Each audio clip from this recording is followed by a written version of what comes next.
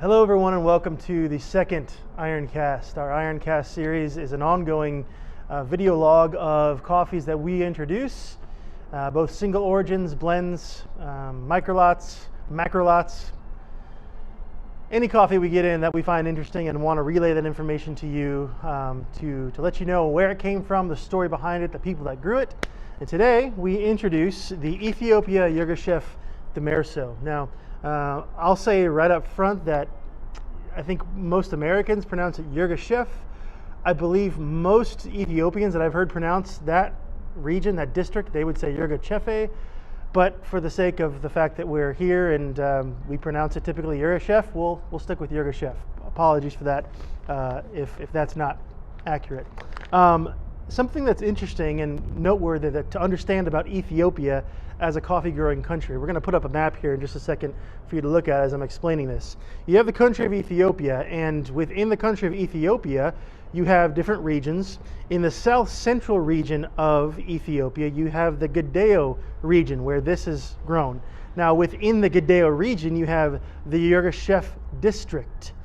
And the Yirgacheffe district, if you've followed coffee or gotten into coffee to any measure, it's quite likely that you've heard already of the Yirgacheffe district. It's a very sought after, very popular place to get coffee from, and it the district produces some beautiful coffees. The washed coffees are complex and clean, and the natural processed coffees like we have here today give a very nice fruit forward, almost fruit bomb as it's sometimes described, type of flavor profile. So within the Yirgacheffe district, we have the Demerso mill, and this is where this coffee comes from. The Demerso mill is a family-owned mill. So in other words, it's not a gargantuan operation as some non-family-owned mills are in Ethiopia. The mill is owned by a fellow named, apologies for the mispronunciation, that's sure to follow, but I'm going to give it my best here. Surafel Birhanu is the man who owns this mill in Ethiopia. So 750 plus smallholder farms, 750 plus small family farms bring their coffee cherries to this mill to have them processed. And the way the processing works with a natural, for those of you who aren't familiar with coffee processing methods, the seeds, the beans as we would call them, are left inside that coffee cherry. And in this case, they're left inside for between 4 and 6 weeks, sun-dried on raised beds. And as they shrivel up and dry, the sweetness, the sugars are imparted to those coffee beans inside the cherry. So for about 4 to 6 weeks. And this requires a tremendous amount of vigilance and work. Someone has to come and turn and agitate those cherries on those raised beds several times per day to make sure as they're drying, they're not molding and spoiling. So the amount of work that goes into every fine coffee is tremendous. But a coffee like this is, I mean, the work involved is mind-boggling. So it's a really, really special coffee. Now, Mr. Birhanu employs about 400 people during the harvest season. The harvest season runs from October through January. So for that duration, you have about 400 or slightly more than 400 people working at this mill. Okay, and it's grown at approximately 1,850 meters above sea level. That's getting into the pretty high elevation range, 1,850. So it makes it a really nice, complex, sweet coffee. Again, it's a natural process. And what we found resulting in the cup is a real blueberry, a soft blueberry note, not a tremendously like tart blueberry, but a soft blueberry. One of our staff even mentioned it kind of maybe was more like blueberry pie, so a little bit toned down blueberry. It's not one of those that's going to hit you in the face with the blueberry. But a nice, soft, toned down blueberry. And then we are getting some real definite notes of like black licorice, as well as some sweet spices and aromatics. So that's what you can expect from this coffee. We're going to go inside and have it via pour over and also via espresso, and we'll give you our thoughts in real time as we do that. All right, we are going to belly up to the bar here now and give this Ethiopia Yirgacheffe Demerso Natural a taste test on espresso and a pour over as we customarily do.